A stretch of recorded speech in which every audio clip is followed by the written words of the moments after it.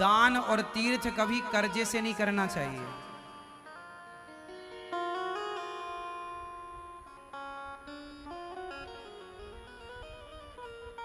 दान और तीर्थ यदि आपके पास है तो दान करो, नहीं है तो जब आ जाए तब करना। कर्जा लेने की जरूरत नहीं है आपको।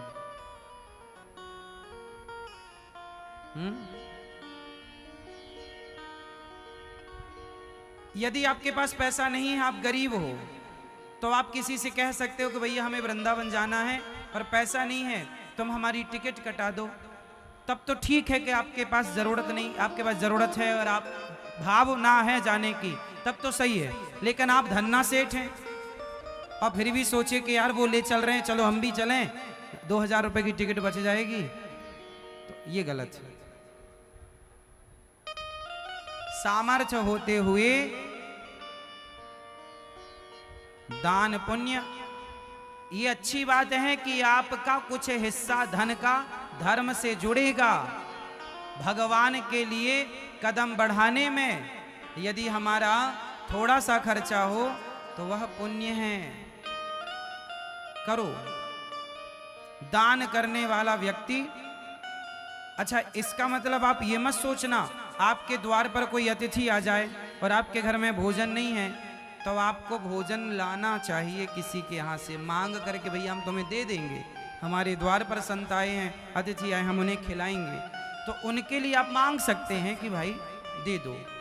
पर कई लोग ना देखा देखी में नाम के लिए बहुत सारा कर्जा लेके काम करते हैं। कर्जा लेके लिए एक पिता मेरे पास आए, बहुत पुरानी बात है पर मैं आपको प्रसंगवश सुना देता हूं। देखिए हम कैसे हैं और हमारा स्वभाव कैसा है, इससे आप जानने की कोशिश कीजिएगा। एक पिता बहुत पहले आए हमारे पास, बोले महाराज जी हमारी 2 बेटियां हैं और अगले वर्ष शादी करना है, 1-1.5 साल में शादी, लेकिन हमारा मन है कि हम भागवत सुने।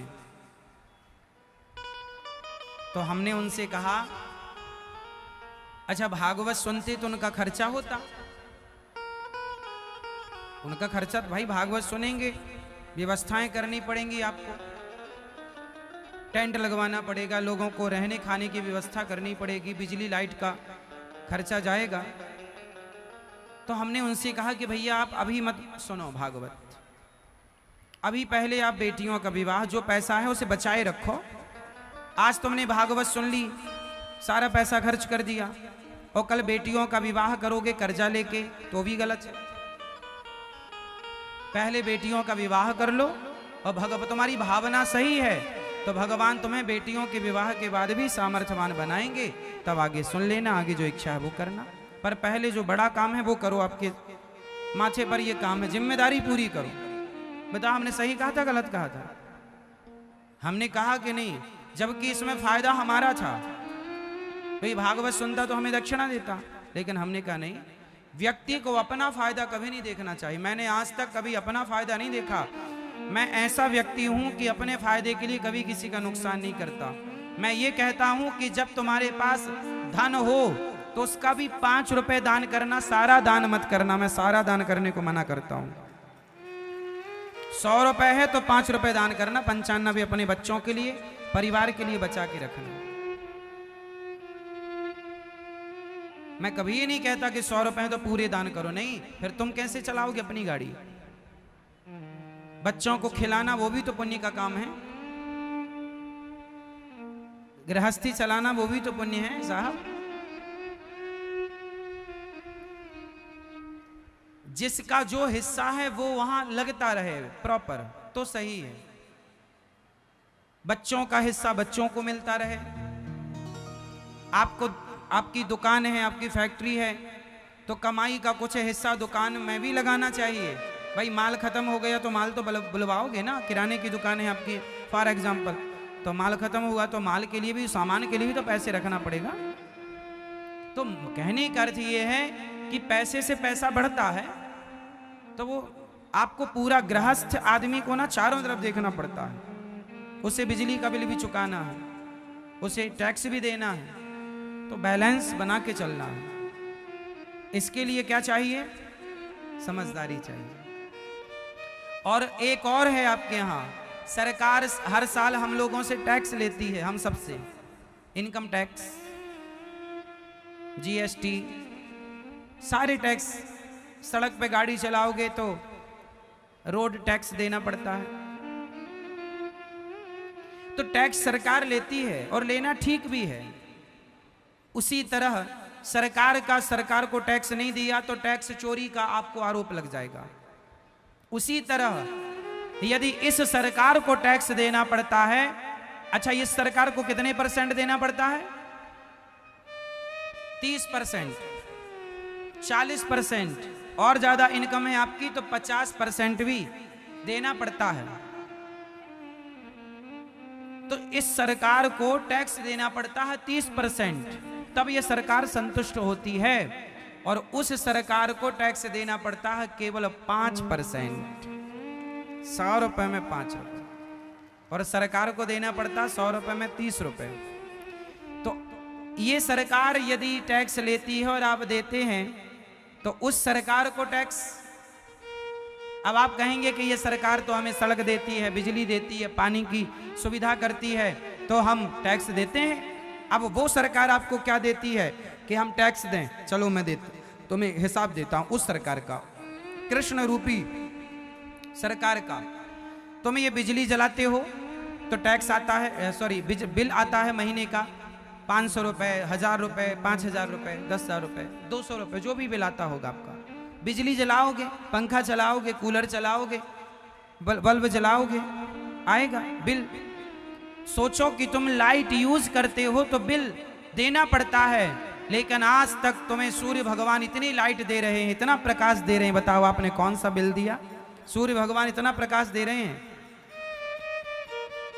जितना प्रकाश सूर्य भगवान हम सबको देते हैं, इतना प्रकाश लाइट से लें तो कितना बिल देना पड़ेगा? बोलो हाँ। आज सूर्य भगवान के प्रकाश से सौर पैनल चल रहे हैं, करोड़ों की बिजली बन रही है। बोलो हाँ। तो उसका टैक्स 5% धन्यवाद के तौर पर, हे विधाता लो। दूसरा, एक सिलेंडर ऑक्सीजन कितने की आती है? कोरोना काल में आप लोगों ने खूब रेट समझे हैं, 5,000, 10,000, 50 हजार की मिली उस समय पे कोरोना काल में ऑक्सीजन सिलेंडर। अब तो सामान्य रेट 5,000 होता है लगभग, जैसा कि मुझे बताया गया। मैं कभी खरीदा नहीं, किसी ने बताया कि 5,000 की मिलती है, भगवान जाने कितने की मिलती है। एक सिलेंडर ऑक्सीजन लगभग 5,000 की, कुछ कम ज़्यादा देख लेना। 5,000 की ऑक्सीजन लगभग वो 24 घंटे चलती है। चलती तो 12 घंटे है, पर मैं 24 लेके चल रहा हूँ। 5,000 की ऑक्सीजन 24 घंटे चलती है। बोलो हाँ। इस हिसाब से आप लगाओ कि आप 24 घंटे रोज ऑक्सीजन ले रहे हैं और 5,000 क्या 5 रुपए देने का कह रहे हैं, उसमें भी तुम आनाकानी करते हो। ईश्वर की ओर से तुम्हें सुविधाएं कितनी मिली? ऑक्सीजन फ्री में, प्रकाश फ्री में। किसान खेत में गेहूं बो सकता है, अंकुरित नहीं कर सकता, अंकुरित परमात्मा करते हैं। पौधे पर दाना भगवान की कृपा से उसमें व्यवस्थाएं हैं ईश्वर की। वो ना चाहे बालियां हो धान की पर अन्न ना हो अंदर, तो क्या कर लेगा किसान? क्या ऐसा होता नहीं है? कई बार फसल मार जाती है, पौधा तो बढ़िया दिखता है पर अंदर फसल नहीं होती, दाना नहीं होता। होता है ऐसा। चने के कवच के अंदर दाना नहीं होता पर ऊपर दिखता है कि बराबर है, पर अंदर कुछ नहीं है। होता है ऐसा।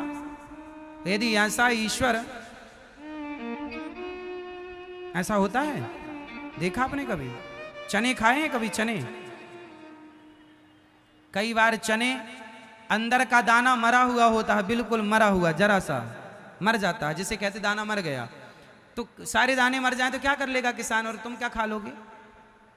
गेहूं की बाली की गेहूं मर जाए तो क्या खा लेगा किसान? क्या खा लोगे आप? क्या खा लेंगे? तो देने वाला कौन है?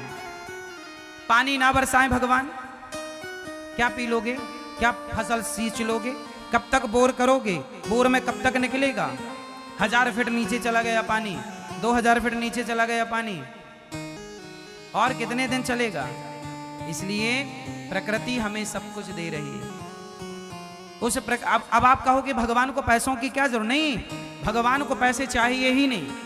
मत दो भगवान थोड़ी, जिनके चरण लक्ष्मी जी दबाएं उन्हें पैसे की जरूरत नहीं।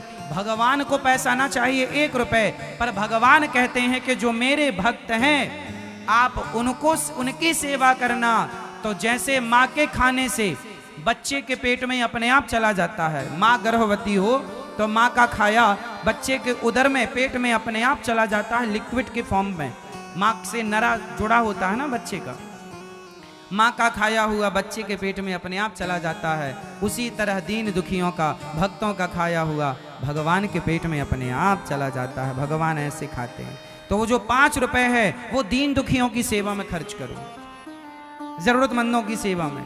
जैसे यहाँ वृद्ध माताएं रहती हैं, यहाँ अन्य क्षेत्र चलता है, सेवाएं होती हैं, यहाँ बच्चे पढ़ते हैं गौरी गोपाल गुरुकुल में।